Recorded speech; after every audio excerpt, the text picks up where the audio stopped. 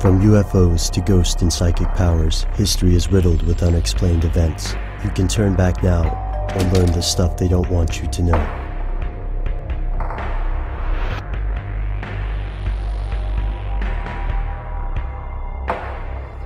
Here are the facts. Nowadays, vampires are celebrities. From TV shows to feature films, bloodsuckers have crossed the line from nightmares to heartthrobs. However, few people believe that vampires are real. The idea that a dead body could rise from the grave, seek out blood, and infect others is far-fetched.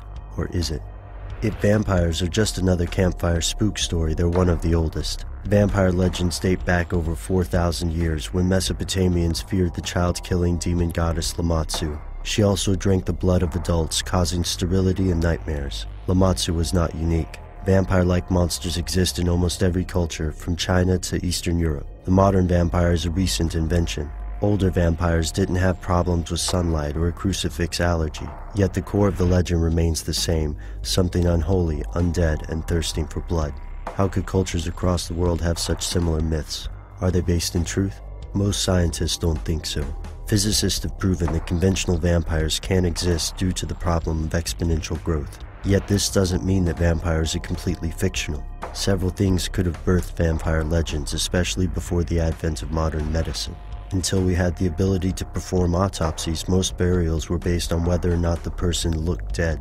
Occasionally, people were buried while catatonic or incapacitated and would suffocate trying to escape the coffin. If investigators disinterred the body, they'd find signs of movement after burial. Or consider porphyria, an often misunderstood medical condition. This rare genetic disorder makes victims sensitive to light and causes problems with the skin, nervous system, and enzymes, producing a substance called heme. In the 1970s, some scientists hypothesized that victims of porphyria may have given rise to vampire myths. After all, porphyria causes problems with blood.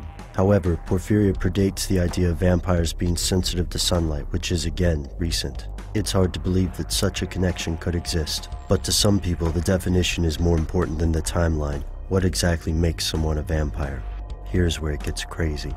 Thousands of people believe that they actually are vampires. Not all believe they are dependent on blood. Some describe themselves as energy or psychic vampires, meaning they derive some sustenance from the life forces of another being.